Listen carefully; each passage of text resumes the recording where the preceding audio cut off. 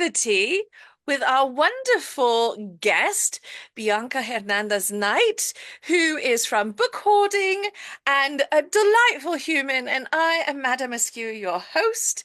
So we're going to have a wonderful conversation this morning about art and books and community and all the things. Bianca, welcome to the show. Thank you so much for having me. You are so welcome. What a pleasure. We haven't gotten to sit down, just the two of us, for a chat, maybe ever, but we've had you on for like Fridays. We've had you to our cog match game, and you were part of our wonderful virtual convention in 2021. So we've gotten to have little chats with you, but this is our first time getting to really sit down and dive into your work. I'm so excited. Thank you so much for thinking of me. You're so welcome. And you do so much, and you've been doing so much. You're really like utmost. Your love of Jane Austen is what drew me to you initially, and your presence on the former Twitter, dearly departed in the good old days of Twitter.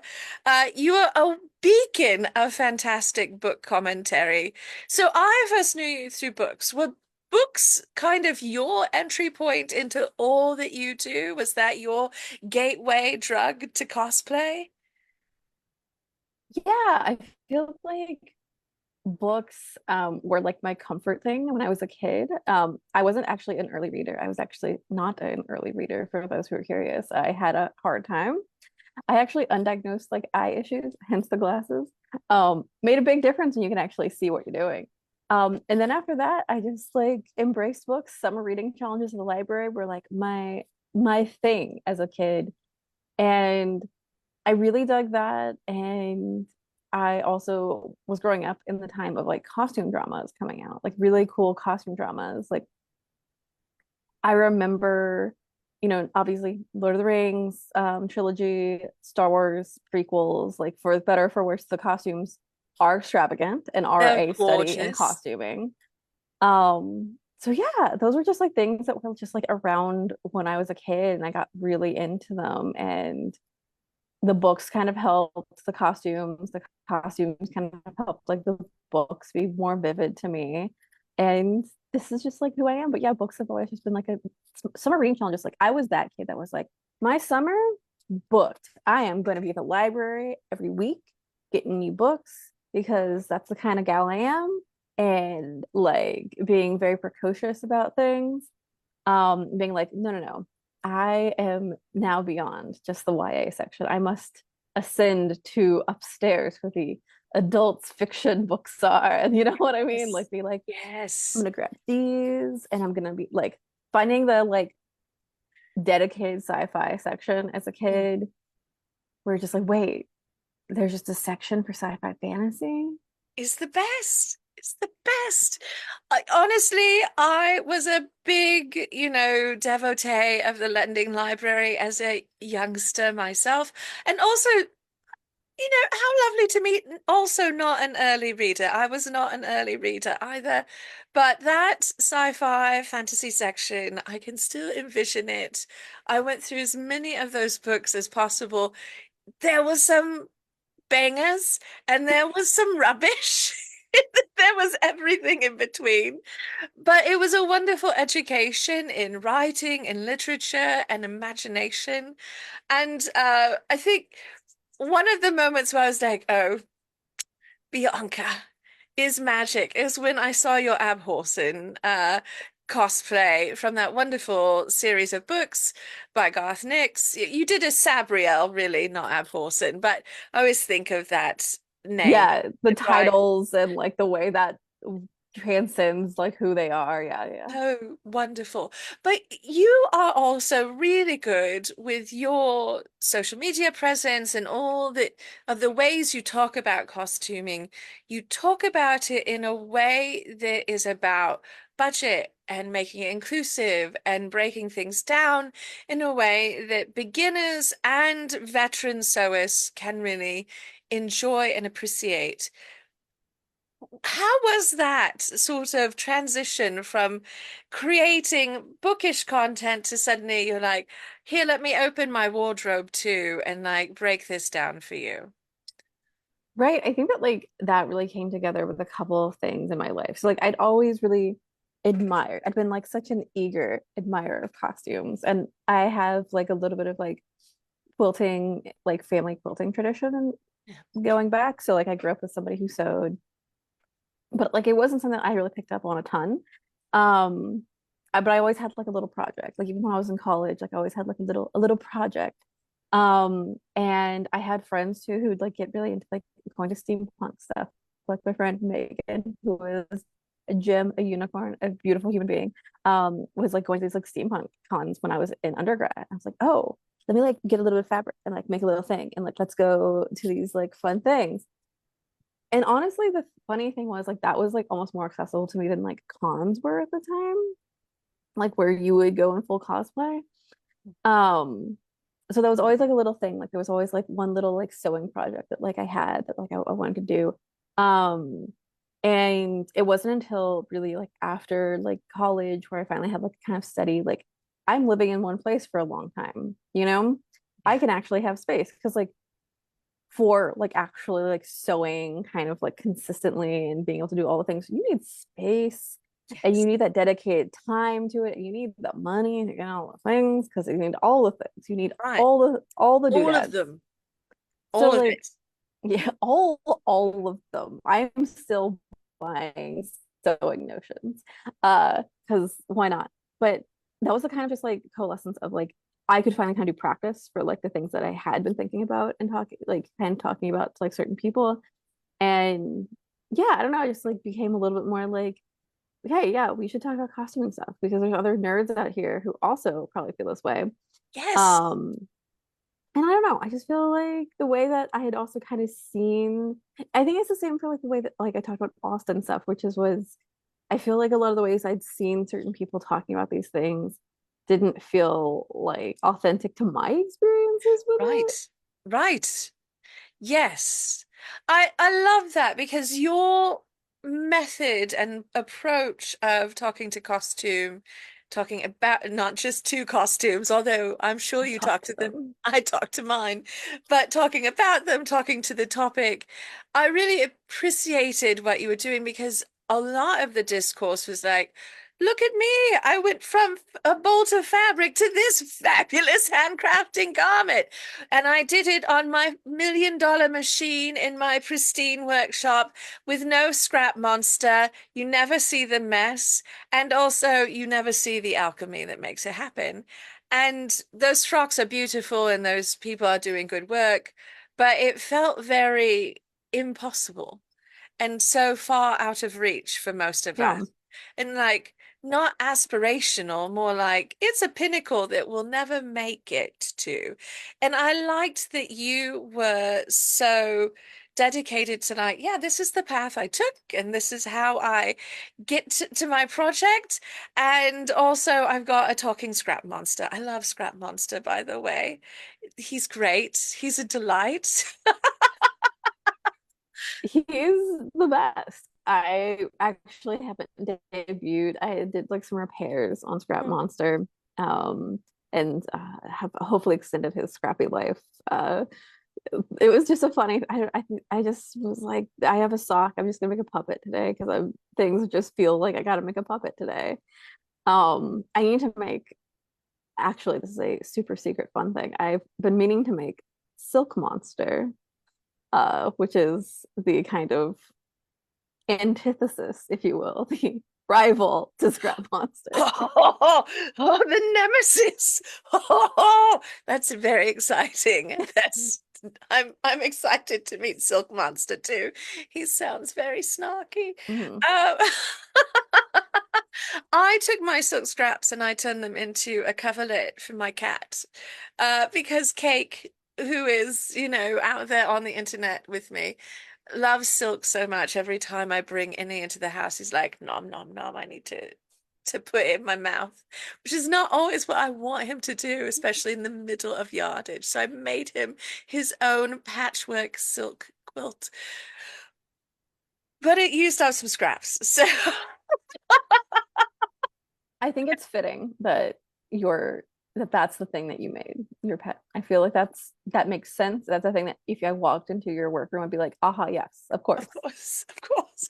So, you have had this journey through books, through university. You are here at this moment promoting a lot of different space, but your message has been the same. Like, whether it's in the bookish space or in the costuming space or cosplay space, you are always talking about making spaces, making these hobbies more welcoming and more inclusive.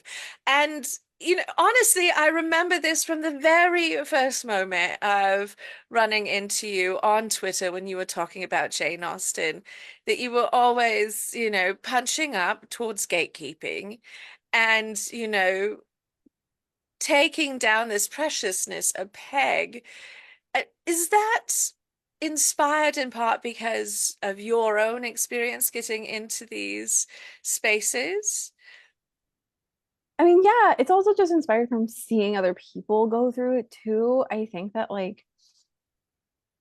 so many things we talk about around the hobby space becoming like something that isn't just a thing we have joy in, how there's like it's such a slippery slope. I feel like especially now, I Yeah, feel like it can become like this thing where, not only are you measuring yourself by other people, like and like what they're producing, like their output, the quality of the fabrics and like the pricing of all the things they're doing, like you said, like people are working these pristine, amazing workshops. It's like, not everyone has that. Not everyone has like a lot of us have jobs and family things and other things that come up. And like I think that thinking about like how equity works and everything is really important. And like hobby spaces are also a space where like equity shows up. And I think that like just honoring the fact that like we all come at it differently and it's fine, and honoring the fact that like we also are all here for different reasons. Like I think yeah, that's the other part of costuming. This is the other part of like costuming thing that like I think a lot of people that I had first interacted with when I first kind of started getting into researching these spaces were really big, or the loudest people, let's say, were really big on being like, oh, well, no, you have to have 100% wool, or it has to be 100%, you know, all this. And like talking about like these fiber things and like all this stuff. And I'm just like, I'm not reenacting, and I'm not going to be near a fire. Also, side story, I was doing a burn test on fabric last night, and it was cotton, and I'm like, 100% cotton just goes up in flame. Like yeah. it doesn't self extinguish, guys. Like polyester and that stuff will melt, but also there's a possibility it will self extinguish versus cotton that will just continue to just burn down. And so it's just like these really weird conversations that I'd be in where I'm like, it would always feel like I'd missed a step where I'm just like, why are you talking about me being near a fireplace? I'm not sure. I just asked, or seeing other people be like, I'm just asking for like a pattern for this bustle or whatever. Right. I'm not reenacting. I just want to go to a run fair. Yeah. And I definitely think like there's a little bit of like maybe a setback of like sometimes in these like help spaces, people being like, what's the person asking for versus what do I want to impose on somebody? And so I was noticing that too. And I just feel like, I don't know. I very much was just like, I want to come with like a little bit of like, this is where I'm coming from and things. Other people are coming from other spaces too. But I think that like, I was also seeing a lot of people who were kind of like me on how they felt about like costuming and like that there is a divide between like historical costume versus like design. Costume Right. design is its own thing and kind of Yes. being drowned out. And I was just like, well, I'm just going to be loud here because this is how I feel. Also, like, this is just like fundamentally two different things that we're talking about here. And it's okay for it to be two different things. It's okay to come at talking about costume design from a historical perspective. But it's also like that's just different because the person who made the thing is not coming from that place. And that's okay too. Yeah. Well, I love the ways in which you have been hosting that conversation about costume design as part of developing the story in movies, in shows. It's been a wonderful pushback in the general prevalence of like, okay, we're costumers on the internet. We're going to tell you all the ways that this movie is wrong about the costume because it's not historically accurate. And for me personally, it got to this point where I'm like, I know everything's wrong.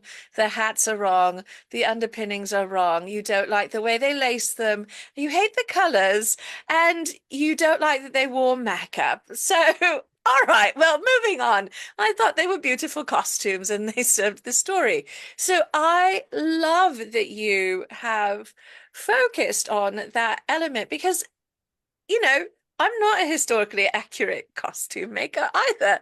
I reside in this very weird space where I'm inspired by history, but it's clearly not meant to be accurate.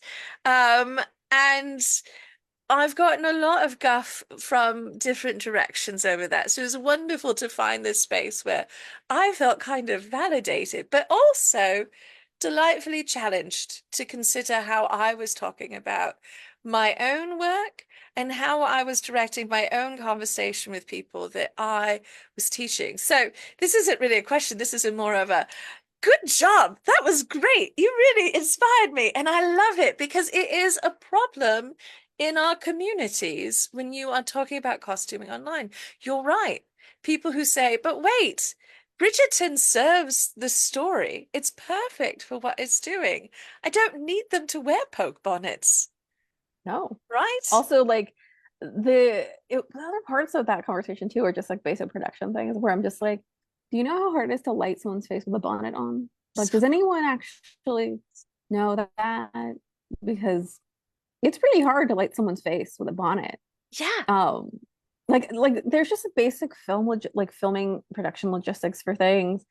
Um, but yeah, I totally agree with you. I'm like it just became kind of exhausting where I'm just like, why are we just like dog piling this thing? Like maybe some people really felt like they loved it. And also it was one of those things that, especially Bridgerton, really made me think about all the anachronistic movies that centered white people that weren't being dogpiled on. I'm like, we all love Coppola's Marie Antoinette, and that has Converse in it. Right. That has a lot of anachronisms all over that, and it's Absolutely. intentional. And so we can accept that as intentional, but we can't accept Bridgerton as intentional. And that's like so troubling. I also remember like burned into my memory. FIDM, the museum would do these talks with costume designers because they often do like multiple times a year the costume design exhibits there where they'll have the things that are nominated for various awards for TV, movie, all that like at the museum. And I'll never forget. So I've been going to this for a while. So these little online Zoom talks, like the chat was going. And so you could like have questions to send to the moderator and like so that the person being interviewed could see. And they had Ellen, I think Majorek is how you say her name, but she was for the first season of Bridgerton on. And I'll never forget that chat was just people that were coming in and were being like, well, this costume person says that you're wrong and that's why you're terrible. And like literally saying that in a chat that this person could see. Oh, And I remember just being like so appalled at like the way that people were I think that's the other part of it where it's like they were capitalizing on these conversations that somebody was having that wasn't necessarily like even all of these people were saying this person's a bad person, this person's a bad designer. It was just they were counting inaccuracies, and yeah. people started making that a thing where they were like, well, you're bad at your job. And I'm just like, this is where this goes. Like people are taking this thing and now literally going to a professional space and just saying, oh, you didn't do any research, you don't know anything about historical anything, you're stupid. And like I'm just like, this is so deeply disheartening and unprofessional. And I remember FIDM like from then on cut off. Like they didn't do the online streaming the same way after that. It was, I think, straight to YouTube. Yeah. But they cut off all their comments, which was such a bummer because like that had been a nice space of like talking to other people in the community. And I was just thinking, like, yes, as from like the social media marketing perspective, protecting that person is really important. but also, man, like what an absolute travesty that like that fervor became that bad to me. That it became I'm coming into this professional talk that like would be happening at a museum Yeah, um in person, and I thought that it was appropriate to say you don't know anything about history, you're dumb, as this person is showing all of the design work and research they did. And I'm just like, I don't know, like that was such a like I'd seen the conversations that were happening, but that was really, really bleak to me in terms of like, is this where we are as a community? That right. like this is really where we think. And I got a lot of flack for like being like, it's really not okay what was happening here.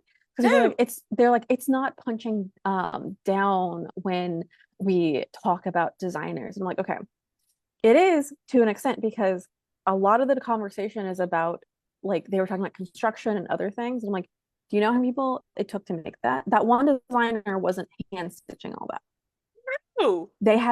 They had a Oh, whole team of people that were like whole teams of people that were making every single costume for Bridgerton specifically. All the extras, like it was unprecedented how many new costumes they had to make for that because they said even the extras background, all of them have a specific look. We had to make all those costumes.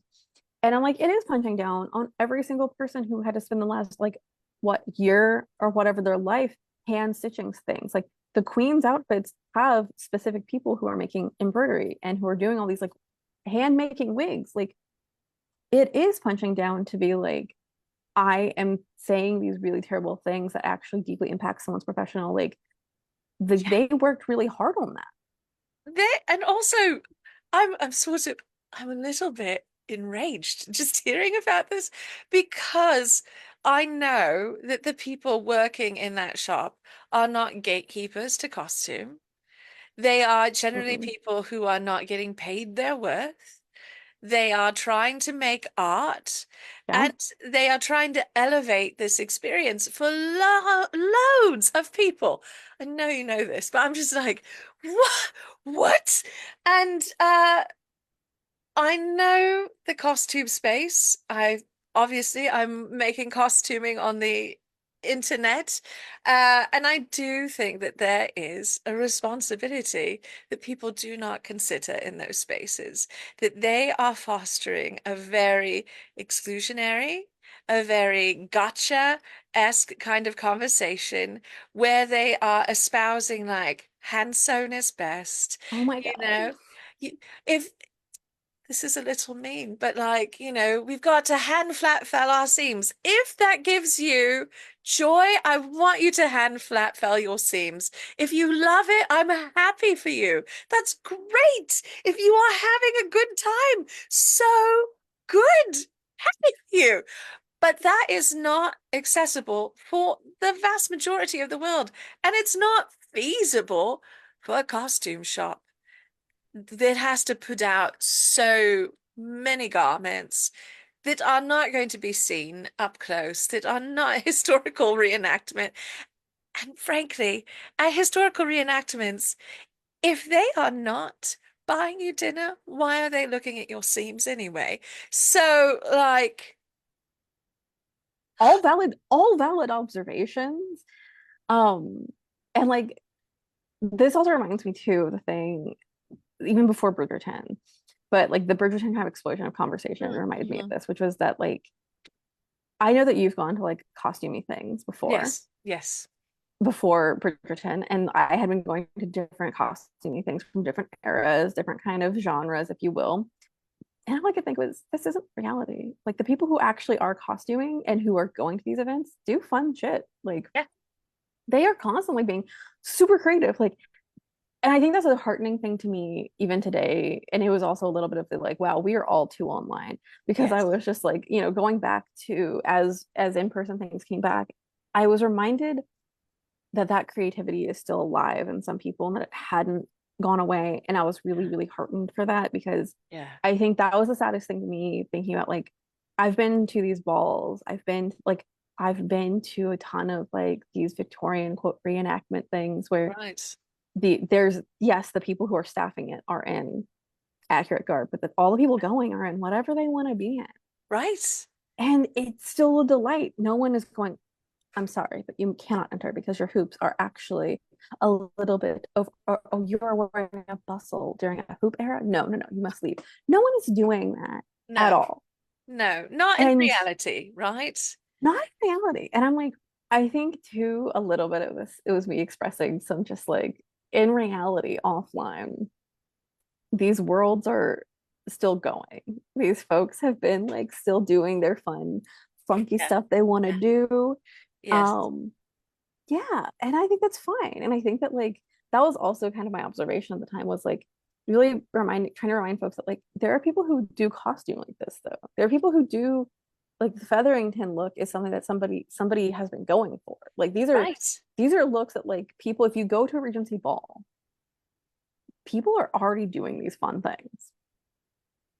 And like that is in its way punching down to those people the way that Yeah, some people were talking about it publicly where it's like no one who does Regency stuff would ever, and I'm like that's not true, it's A, not but true. B, now you're making somebody who like that is literally their fun aesthetic for Regencies to feel bad Right. about it, and that's not okay. The number of people I know who rely on being able to upcycle things from thrift shops into really fabulous, amazing looks in these costuming spaces that have their own sort of je ne sais quoi about them. It's just like so many folks do that, and it is that is their method for being able to do these things. And so, yeah, I think you summed it up perfectly. It is punching down on that model that you cannot afford the perfect period fabric and you can't make all of the underpinnings and you are probably not going to buy special slippers from the special shoe shop. You're going to go to the thrift store and see if you see some nice little, ballet flats that will go with your frock, right? And they'll be perfect. Or Um, like honestly, even for things for dancing, I'm like people are wearing like the orthopedic shoes they need. That's fine, folks. Like that is more like that was the other like aspect of it. yeah, Where I'm just like, yeah, people have zippers because guess what? Some people don't have a ladies' maid. yeah, yeah, It's right. okay to have zippers. It's fine to have zippers. It's fine to have adjustable clothing because some people they really need their body to be like their body and their clothes need to adapt Yeah, together, and yeah, that's yeah. fine. Yes. Yeah, no. I mean, it's fine and it's beautiful, It's right? beautiful. I love that. And because of your conversations around this, I really did stop and think about this is heightened language, but if you're in the costuming space for long enough, it's easy to internalize some of that judgment and ask yourself, am I should I be pushing myself harder to do these more Yeah. historical approaches? And am I just like copping out on my construction because I'm not doing these things this particular way? And so it was good to sort of have that reminder that no, you don't have to, and you don't have to do it these ways in order to be a valid, teacher and advocate and representative.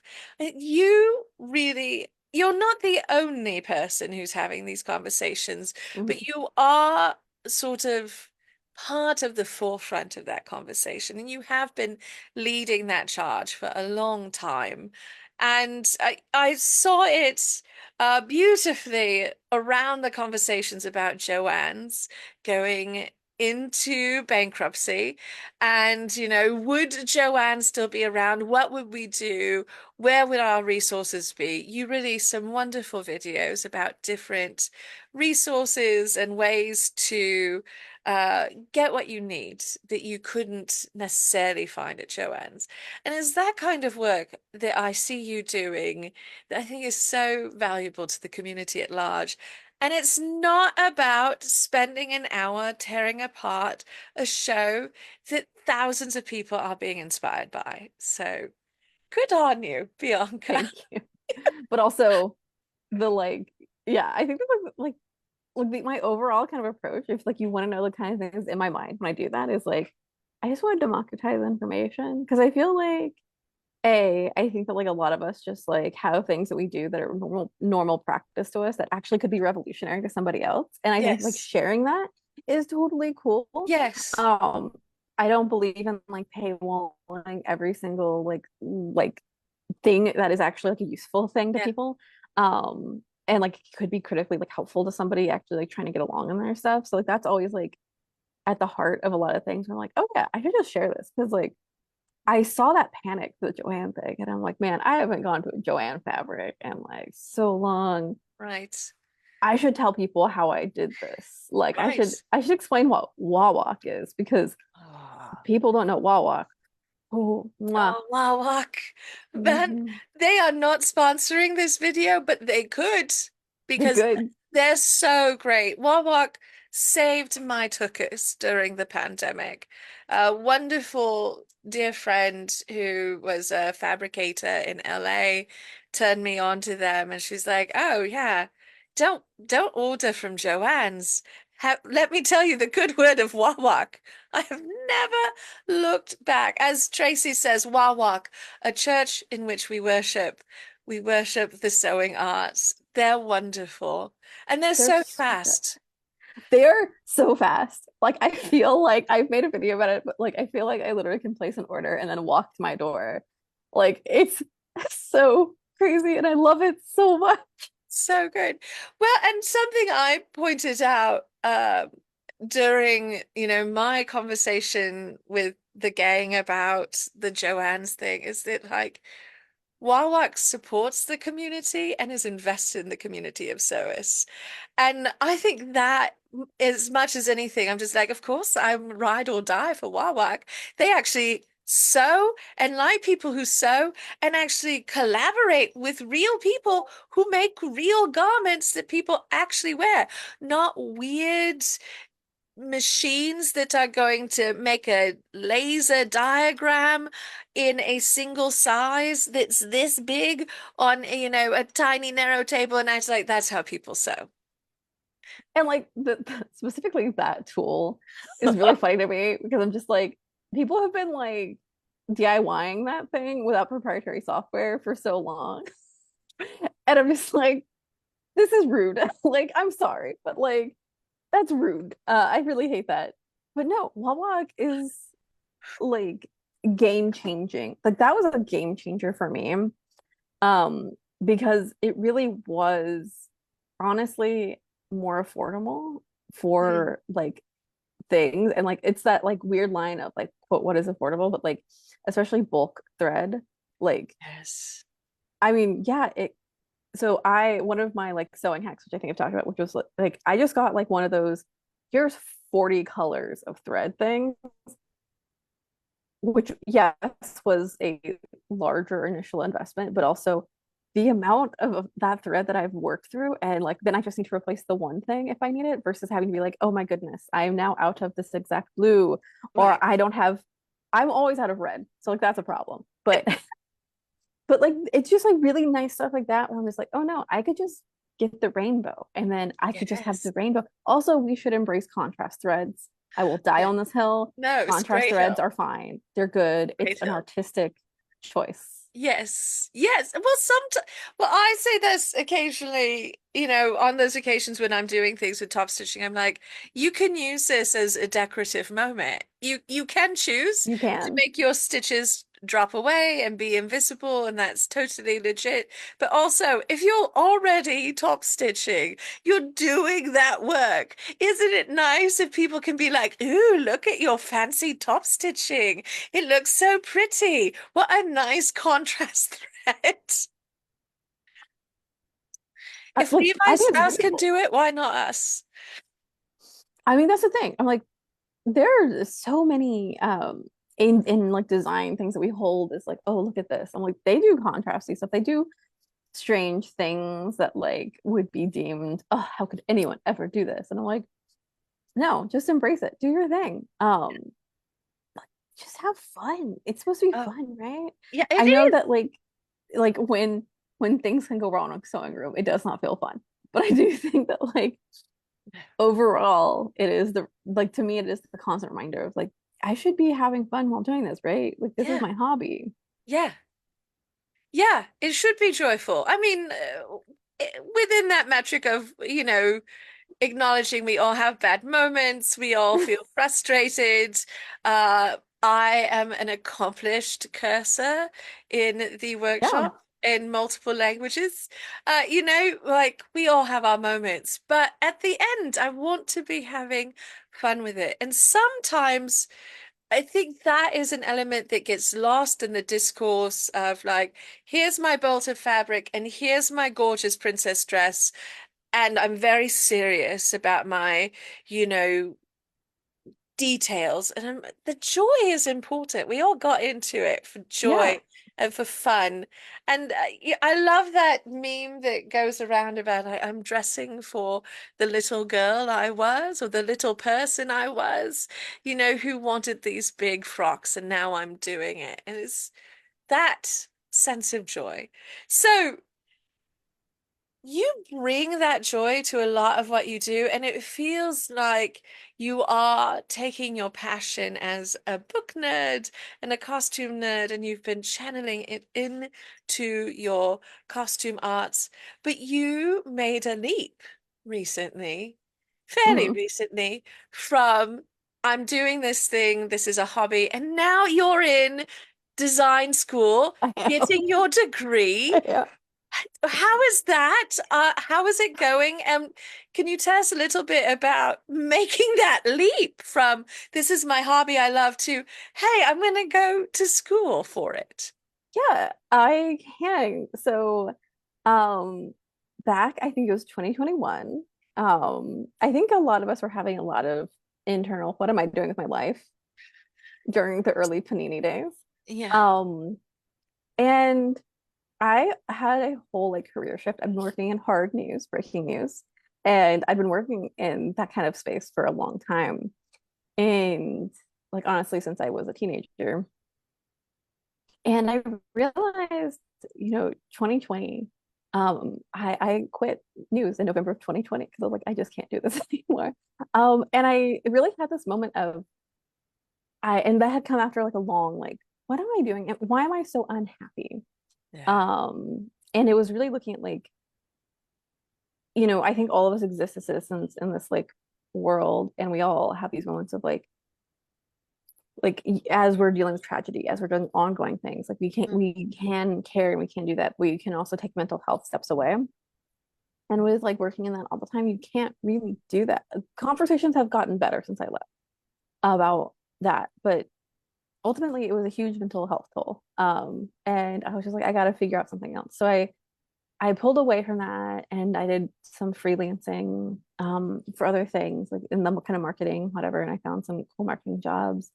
And then I was like, I'm going to take some community college classes because I don't know about like a lot of y'all, but like community college is actually amazing, incredible a lot of the time. Like maybe some people Yes. have had bad experiences, but like it's such an affordable thing. I went to community college right out of high school. It gave me a lot of like buffer to figure out what I wanted to do and like test things out. And it was also so affordable. And right now, a lot of places are moving toward doing free or really, really reduced classes for people who are in that county. And Oh, so I had free community college offered to oh, me from the county that I was living in. oh, that's lovely. It's incredible. So I happened to be in a place that had City College, San Francisco City College. They had a fashion program. And so I was like, I had been watching the Closet Historian, I guess, Mm. on YouTube, the other Bianca, who is just superb and amazing. And I was like, this person talks a lot about patterning and stuff, and like they are teaching things, but also I should just take a patterning class. Like, let's just get a little bit more serious. So, like, I took these free classes just for fun, and then I can't just let things just be fun. So I had to keep going and do a little bit more.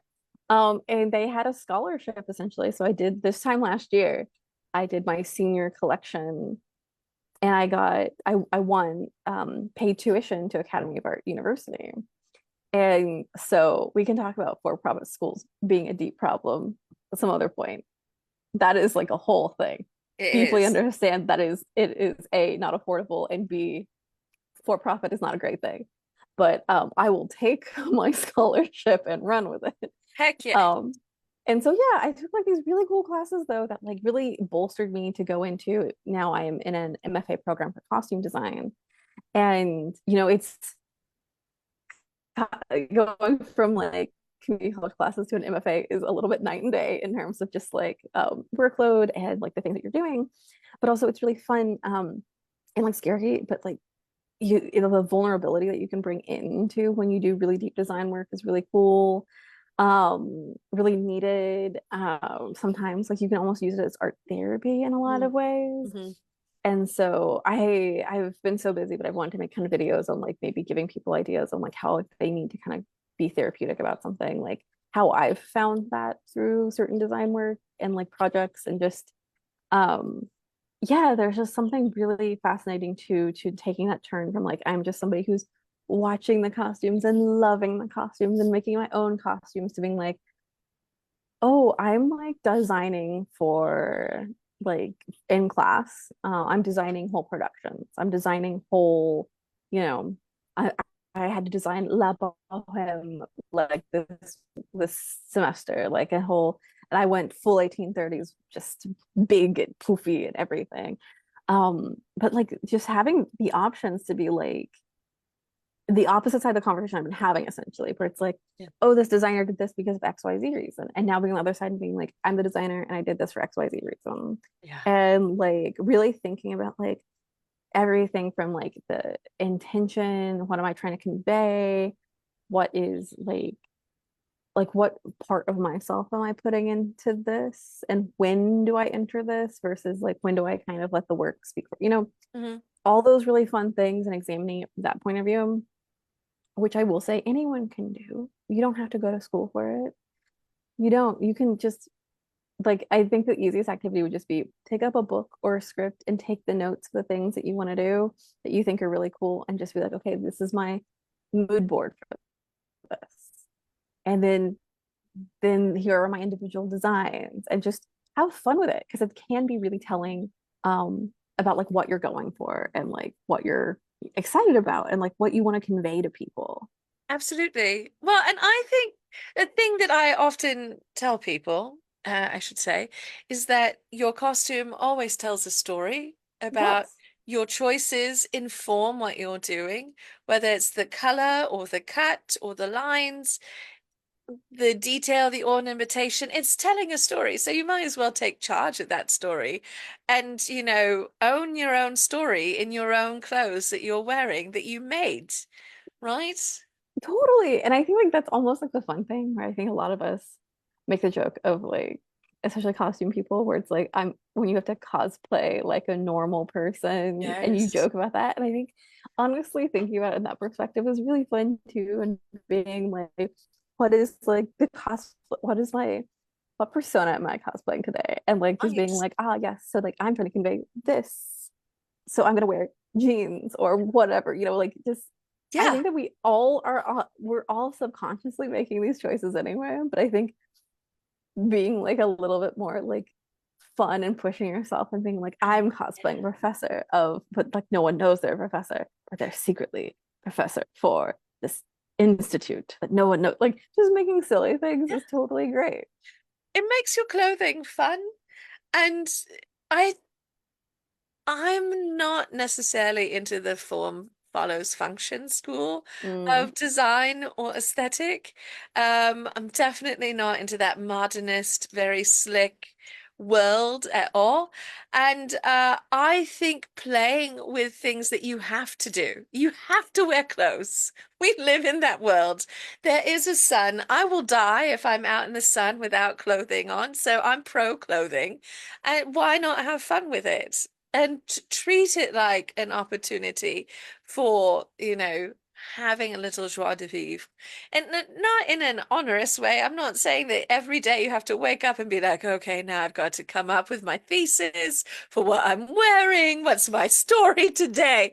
But to the degree that it like propels you in a good way through the day, I think it's really lovely. I think a lot of us need to gamify things sometimes, like to get out of the house.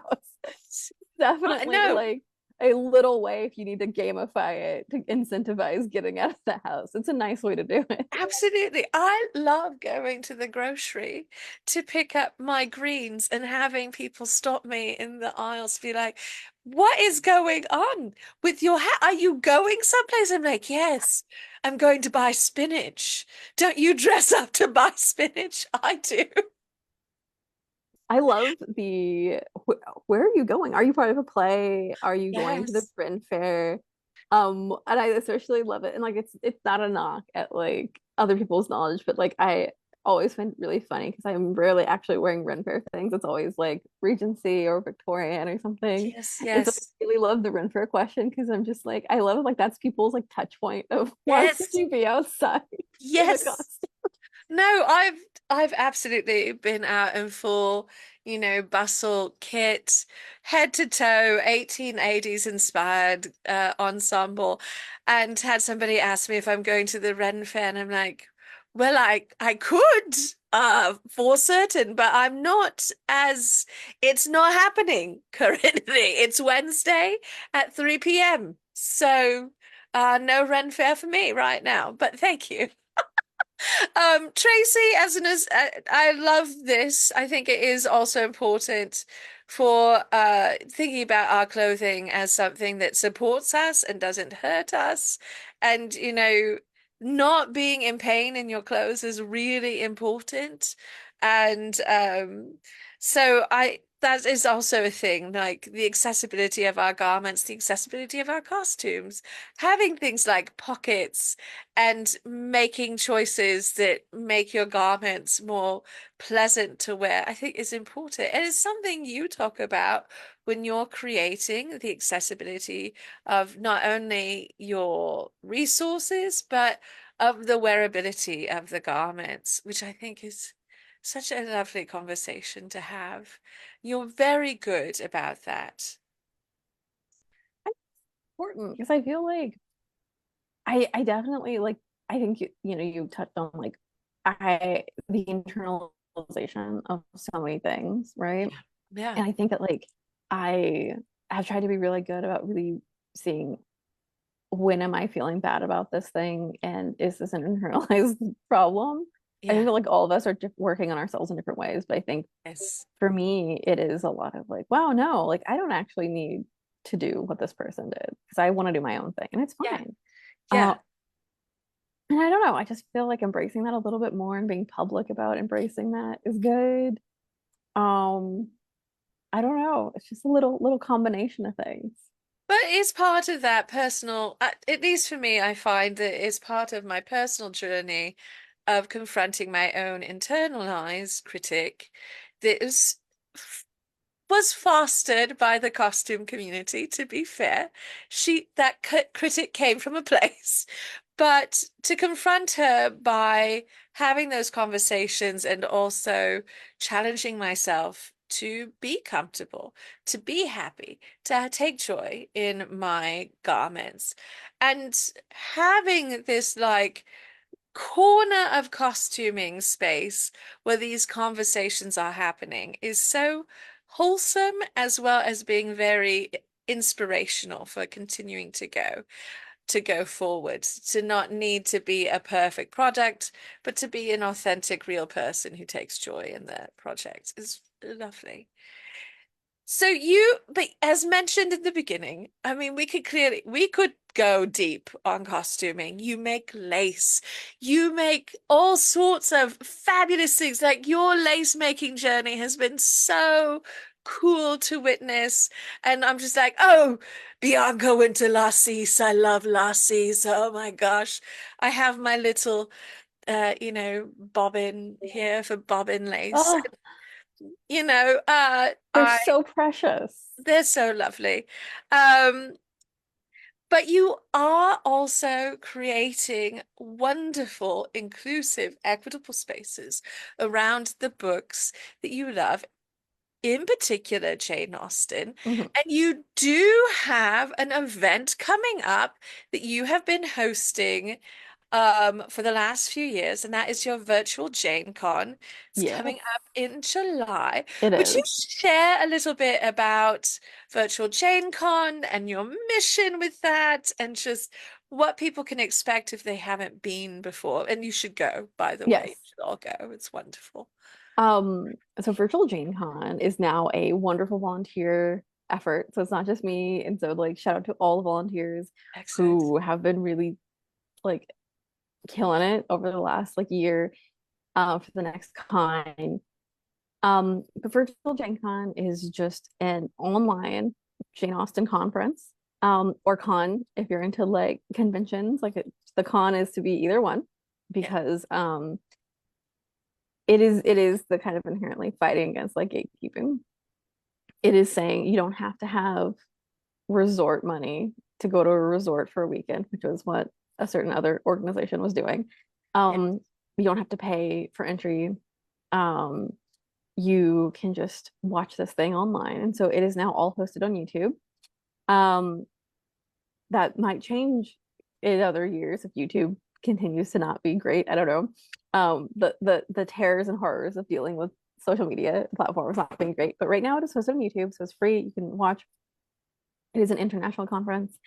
And it is just all Jane Austen all the time for that one weekend. It's around like her kind of Death Day weekend. So this year it is July 13th and 14th. And it's just all day programming. There's also a Discord server people can join for free. I think you just need to sign up for the newsletter so we know you're a real human Yeah. as our little like, hey, we want to make sure that you're not going to just be a troll. And anyone can submit for the conference. Like we did close in April the submissions, but like every year it is basically talk about what you like about Jane Austen. Um, we don't really like do any kind of like, do you have a PhD in this thing? Are you blah blah blah blah blah?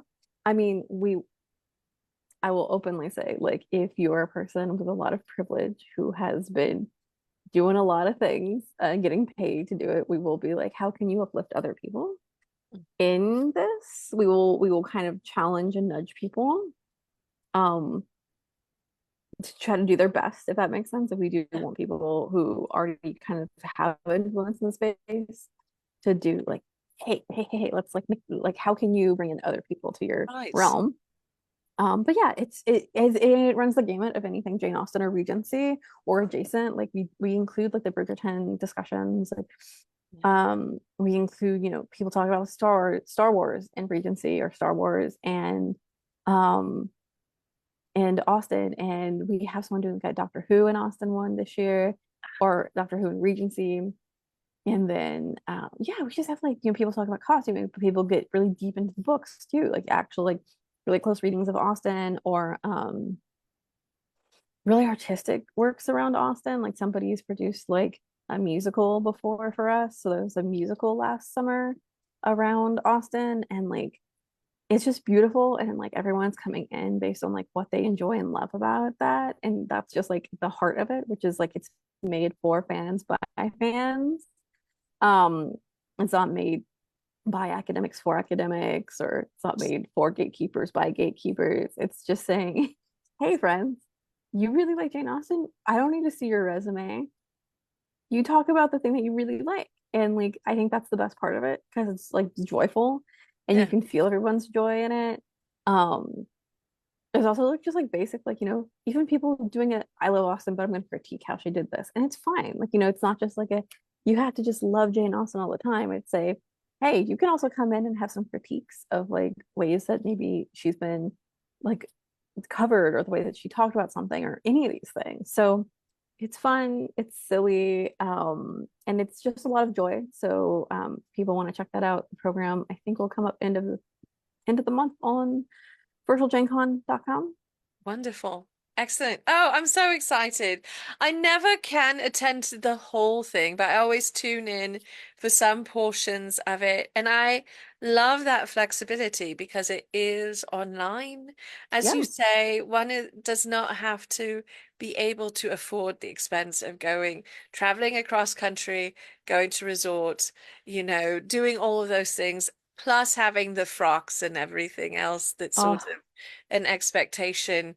of attending something like that. And so I really appreciate that you've made this available because I love Jane. I love Jane Austen. And I never would get to participate in these conversations in the same way if you weren't doing the virtual Jane Con. It's just such a treasure for the Jane Austen community, but also just the lovers of Regency books community. Like, as you say, there's a lot of different things. And we had a wonderful exchange in your Discord server about the hats thing.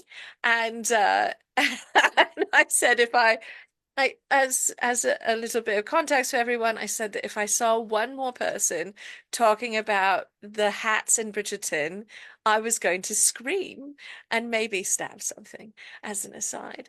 And so this has inspired me to consider doing a panel next year for Virtual Jane Con, maybe about hats, maybe about cathartic screaming into the voids. Who knows? I have a year. So to think about it. But it's a wonderful treasure of an event.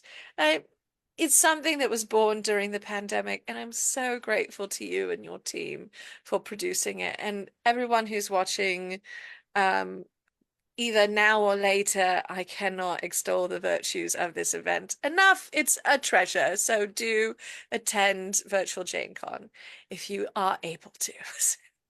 Thank you for Yes. doing And that. thank you, volunteers, for everything you do because, Yes. like, a lot of people love Gen Con, but it also, like, it cannot run without people who are doing, like, a lot of behind the scenes work. And so it's just like, it works well because there are people who are really devoting time to it. And it's just like Yes. huge, huge thank you to everyone doing that. No, there's a, even for virtual conventions, there's a As you know. huge, yes. Well, the main reason we haven't done the Steampunk Community Weekend again is because, the volunteer load is actually quite a bit. It's very demanding, and no one had the bandwidth. But as an aside, we may be bringing it back next year. There is some discussion about it, and somebody has stepped up to chair it. So we're going to try and bring it back next year. So yeah, keep Dream your, big. yeah, fingers crossed. So because it was really a delightful event, and it brought us such wonderful guests as yourself. I was looking back at our guest list from that in 2021 and still sort of like, wow, we did that. It's such a lovely feeling. And a bit like your virtual Jane Con, these were people who don't always get the spotlight at in-person steampunk conventions. So it was wonderful to open it up and remind people that steampunk is a global phenomenon, such as it is. So Yeah. yeah, but I've monopolized your time, and so now is the time when I'm going to ask folks if they have questions or comments for you. Tracy and Alicia have been having some wonderful chats here about the joys of going out in costume and being thought to work at the Ren Fair and all of that good stuff. But I wanted to give you both an opportunity to ask questions. I'm going to pop over to our Book of Faces, see if there are any questions there. And so if there aren't questions, I'll just keep monopolizing, Bianca. Don't you worry. I am shameless. So, but this is your opportunity, my darlings, and I encourage you to do so because Bianca is a delight. So, Thank you. Thank you you. are I'm welcome. trying to be like, look at me, I'm a delight, even though it's like 80 degrees or something outside. No, you're doing such a good job because it is warm. It's I'm a little more south of you, and it's what I would charitably call god awful here already. And so, and it's only going to get worse. I hate it. I hate it. Oh, all right. So this is a wonderful question from Tracy, who asks, how would you advise somebody to start if they want to share maker content? And you are perfectly positioned to answer this question. I will give you the two answers, which is one, I'd say just like on the kind of, you're making things, you're having joy with it. I'd say honestly start with the places that are bringing you joy, the places that you feel connected to. I think a lot of people invest in like, this is the one that's like popping off right now. This is the platform. But I think the marketing side of me is also like, it takes a lot of time to like kind of build out like community. So if you already have a little space, a little area that you're in, use that you already have built up. And so, yeah, I'd say you kind of get an idea before you jump into of like your boundaries. Because I think too, with content creation, it can be really easy to overstep your own boundaries. And suddenly it's just like, I must create content all the time of everything I'm doing. And it's like, friend, you can also have a vacation that's just a vacation. Like I think it can get to that level. I think reminding yourself why you're doing it, keeping that passion at the heart of it is really helpful. And then going from there. So it's, the logistics of are you creating like micro content that's like leading to like a blog post that has like all the nitty gritty? Are you doing like a full YouTube video and then you do like small video edits like on TikTok or Instagram? You could do any of that. I do think that like managing your own time and expectations and keeping that passion are kind of the like magical soup, if you will, um, of making sure that doesn't become overwhelming. Because I do think that like that is such a dangerous line when some people get really, really into making content of suddenly it's just like, oh man, I feel like it's a job now. And I think if you aren't ready for that to be a full-time job, keeping that at the heart, the core of like why you're doing it because you love it, you're doing it because you want to. And then bring on co-conspirators. Like if you have friends who are also making stuff, be like, hey, I just want to share how I make things. Like, are you gonna share how you make things? Like, do you have any like should we like share how you do it differently than me? Like it's I think it's helpful to kind of have co-conspirators when you're doing any kind of thing with that because I think we can all get in our heads about like, oh, am I doing like I'm just doing this by myself? But I think bringing on other people and being like, this is how we're collectively doing things can be fun, or just having like a cheerleader is also really good because I think um, I'd say too, if you're just starting out, I wouldn't look at like the reach and the likes and all that yet. I'd say just like have fun with it, see what feels good for you when you're doing it. Because I definitely have worked with like artists because I do marketing consulting. So I've worked with artists who are just like, I just hate this platform. It doesn't make me feel good. And I'm just like, then don't use it. Yeah. Just use what makes you feel happy, friend. So I'd say, yeah, start with the things that like you feel like are doable and then go from That is Tracy sums it up. That is an awesome answer. That was a great answer. And also, thank you, because as someone who makes content and has been doing that for a time that is not short.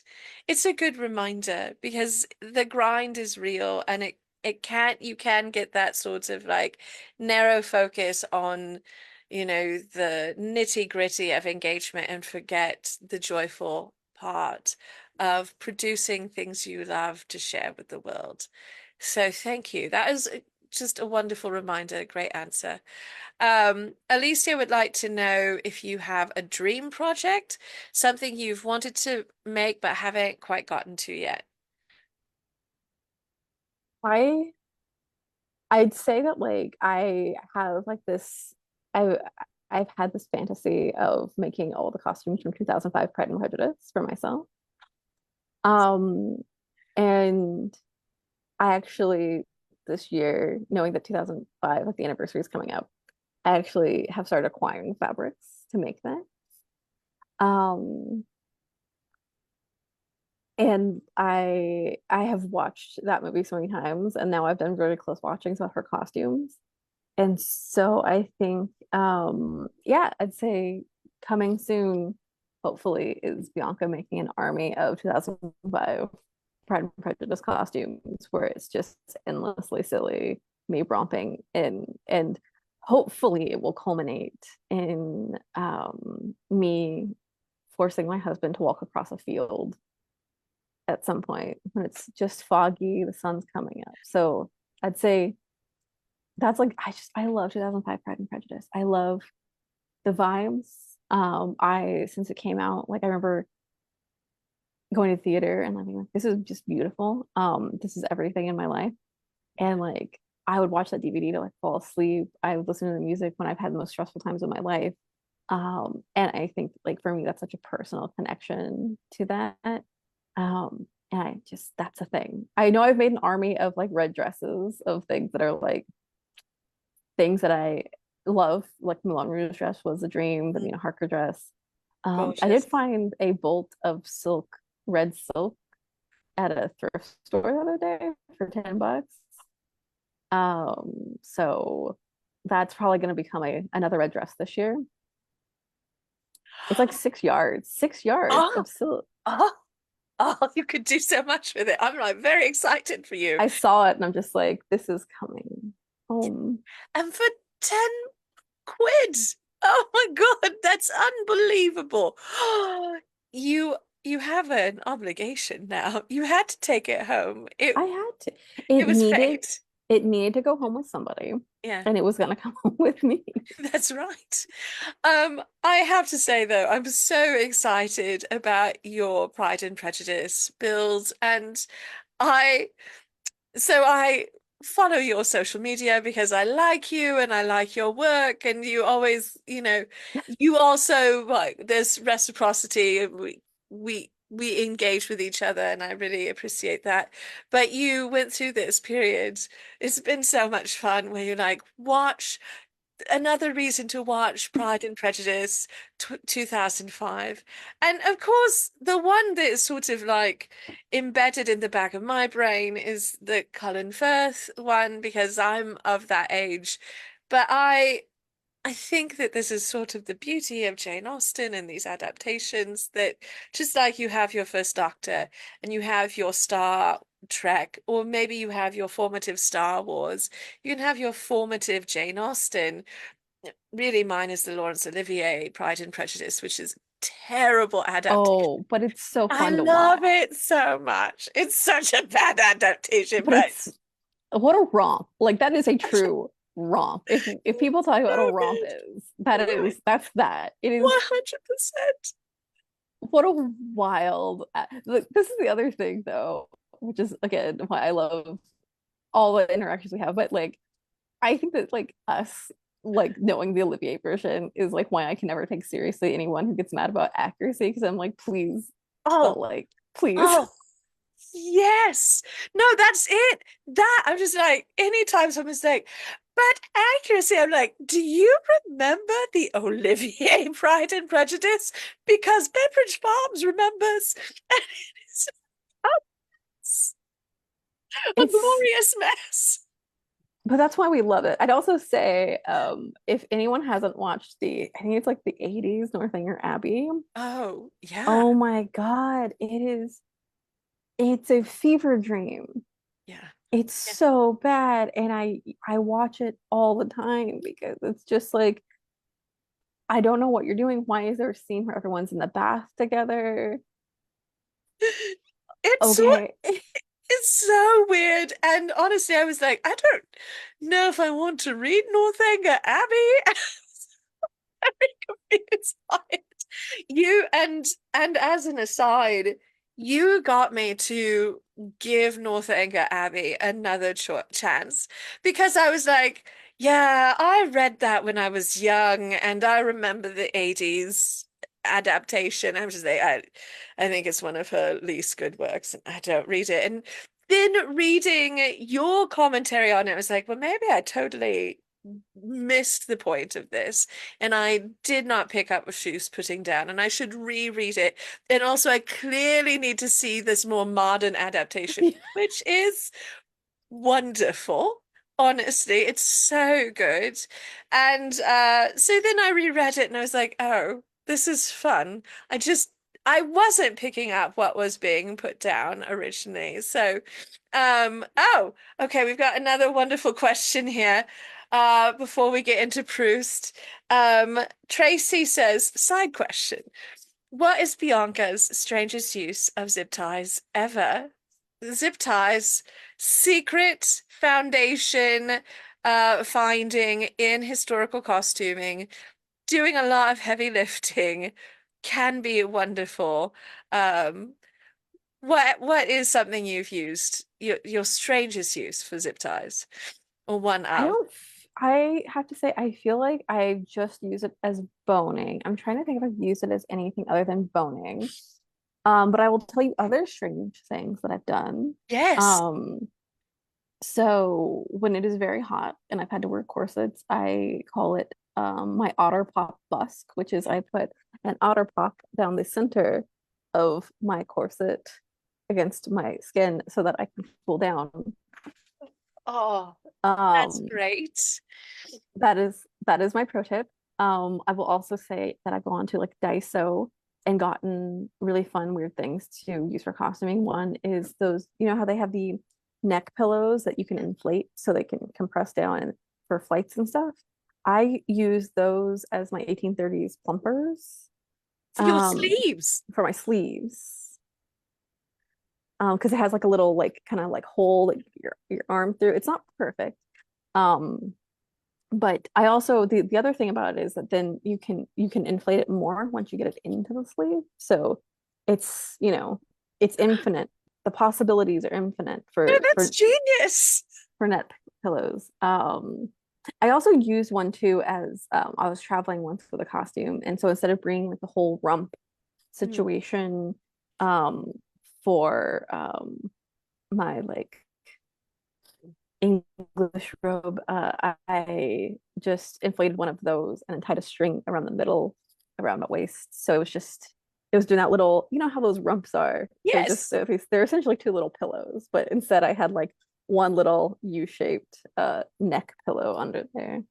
No, this is fantastic. Absolutely.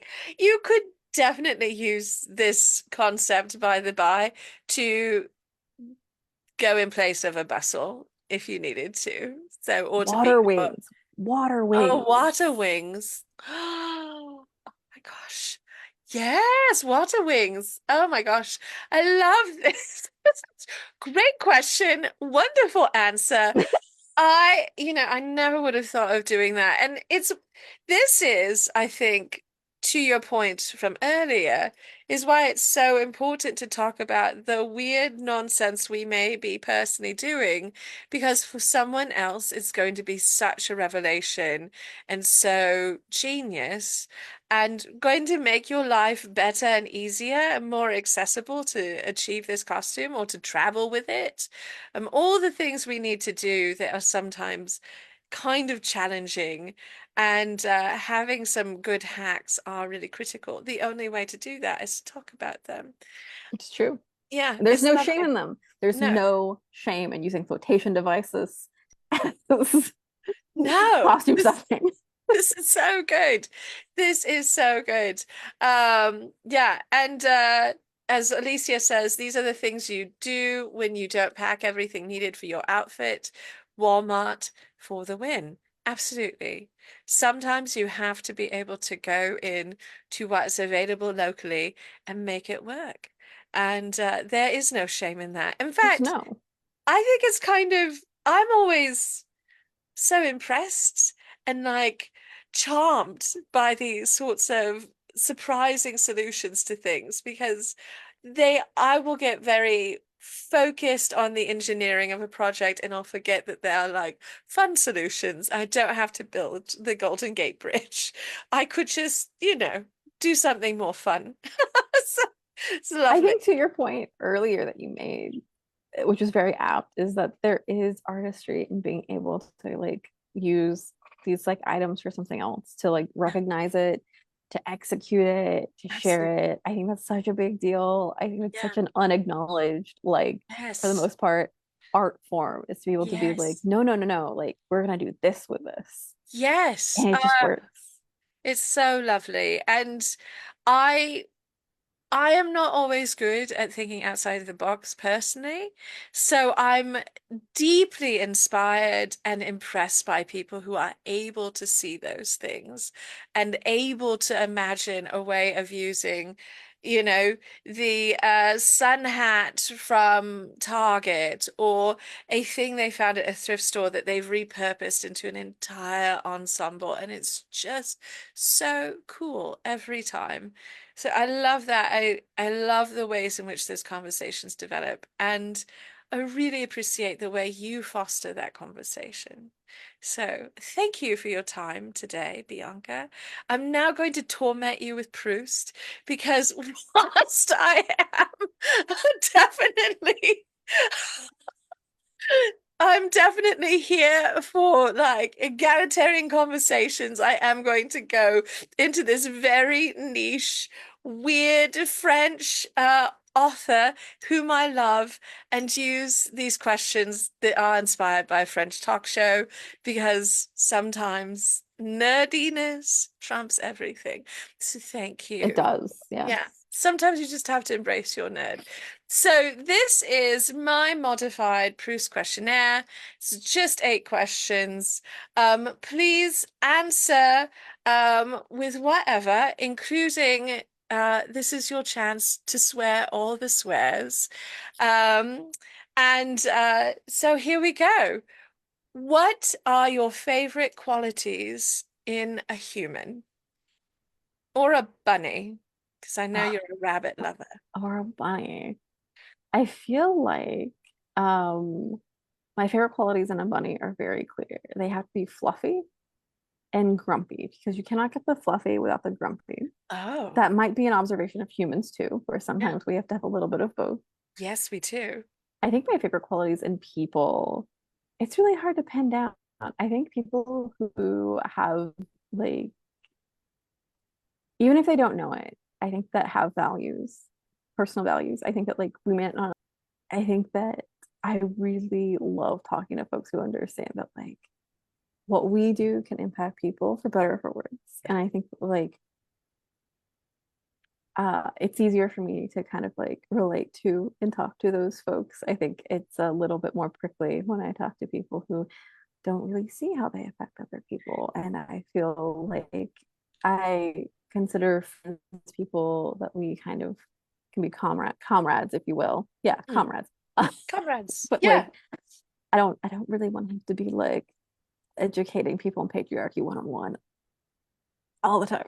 Not every day, right? Not in every conversation. Not Oh, in every like goodness. I think that like I totally am like I think that like in good core friendship circles, like being able to just like we all educate each other on things like organically, Yeah. totally cool. But having to be like, I have to teach you basic sexism 101 every day is not my cup of tea. It's exhausting, right? There are many other conversations to have. It gets So tired. many. So speaking of conversations and Mhm. friends and the people you surround yourself with, what do you appreciate the most in your friends? I feel like in this moment, I'm like their patience. um, I think I do think that grace is a big thing. Mm. And I don't think that like it's, you know, it's not something that like we obviously want to abuse in our friends, but I think that like the ability to have grace for folks is such a big thing. And I think recognizing myself that like, you know, I need to be aware of doing that for folks, but also recognizing like that's the thing that has meant the world to me with friendships is that, you know, it's not just there for the we're just great, we're having a frolic. It's also there are times when it's not great and we can have some grace for each other. Yeah, that's lovely. What is the virtue you strive for the most in yourself? The virtue. I'd say patience. Mm. Mhm, It is a virtue. I don't have it. Oh, it does not come naturally to me either. And it is something I have to work on all the time, but it's very important, I think. It's very important. Yeah. I'm working through things in therapy. I'll get there. Good on you, getting the professional assistance with patience. But we're in a world that does not always reward patience, and so it's hard to foster that. All right. Yes. What is your ideal occupation for an afternoon? By which I mean in a Jane Austen sense, not a job, but a hobby or a pastime or something nice to do for yourself. I love I love the meme of like, let's get iced coffee and go to thrift stores. Like Oh, I love going to just like meander. I don't, it's not always I'm better. I'm trying to get better at not buying like little tchotchkes every time I go somewhere. But I think especially if I need like an internal reset on like design stuff, inspiration, I love just going to like random thrift stores and like it's specifically like the stores that feel like it's just someone's garage. yeah. Those are really fun to me. The best, the best. Well, and this hat you're wearing today was a find at a thrift store. I just think that's so, you've got an eye and it's just such a magical piece of stuff. Hat. I love when I'm there, when I'm at a thrift store and someone like is by the hat being like, how horrifying. And I'm like, this is mine. It's beautiful. Step Yeah. away from my beautiful hat. How dare you talk about my child that way? So This is good. my new son. Don't look at my son. This is Eustace the hat. All right. So, uh, speaking of joyfulness, what is your idea of happiness? Oh, that's so good. I feel like happiness is just consistent contentment. I think that like when we strive for just happiness, like it's not a balance. I feel like happiness, like ultimately as a concept is the kind of consistent contentment with where you are. Yeah, it's beautiful. Bruce would like that answer. Great answer. Um, as in contrast to that, what is your idea of misery? Capitalism. Yeah, yes. No, where's the lie? That's great. Every day I'm just like, this is hell. My friends say this is hell. And I'm like, Yeah, yes. I it think, is. It is. It's I think it's hard to make art. capitalism. It's capitalism. Yeah. Oh my gosh. Perfect. Um, no notes. What is your motto if you had to create one on the fly?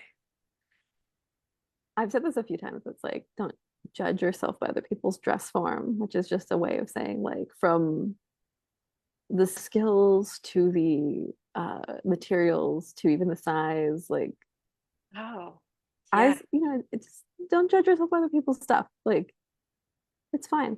that's great. That's an excellent motto and something I think anyone making art in the world needs to remember, but certainly in this day of visibility where we're putting things out into the ether, there's a lot of potential for comparison, and it's not good for you. It's beautiful. All right, this is the final question. This is my personal favorite. Um, what is your favorite swear? Favorite swear. I say fuck a lot, but I feel like I have very silly things every once in a while where like oh my God, I'm forgetting the name of the show. It's in the thick of it, Mm, where like they have like these wild tangents. Where like Peter Capaldi goes off as like this very angry Scottish man, and I feel like I've adopted some of those sometimes into my language, but like I'm just like all the different versions of like fuck that you can get to. Um, like we have fuckity, we have like we have so many different ways to use that word in sentences. So I'm very much like yes, 100%. But yes, that show. It's been a minute since I rewatched that. I should go back to it. That and Black Books. I'm like, oh yes, oh, these are people who can express anger in the way that I feel inside. yes. Oh, I love black books. Um, and by the by, fuck is a classic. It's an elegant, Classic. you know, this is the sort of answer that ages beautifully. And for everyone who's concerned about historical accuracy, it's very HA. It's been around for so long that we can't come up with an etymology for it. It's too embedded in the language. Thank you, fuck, for doing the heavy lifting for at least 1,000 years. So It's great. it's a Fuck great, yeah can mean like excitement yes, about all the something. things. Fuck no can be like a no no. Right, right. It does it all. It's it's such a powerful word. And you know what, Bianca? On that note, you are such a powerful presence in our costuming spaces, in bookish spaces, in fandom. You have been doing some incredible work even before the Panini, but since then, I just saw you really double down on doing good work, which is such a joy to see because so often you see people double down on doing bad things. And you're like, no, I'm going to be more outrageously, more effectively in favor of inclusive, equitable spaces. Let's go. You are a wonderful, fierce human, an incredible talent.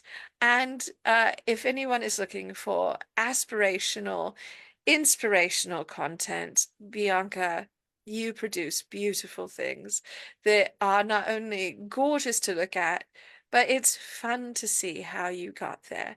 Thank you for sharing all of your costuming journey. You have a wonderful Patreon. So, for those who enjoy Patreon, Bianca's is fantastic with a lot of interesting content about your graduate school work, your projects. We didn't even talk about all of this, but you're also doing this beautiful memory project with quilting that's so lovely. So I encourage everyone to go check out Bianca's Patreon, follow Bookhoarding.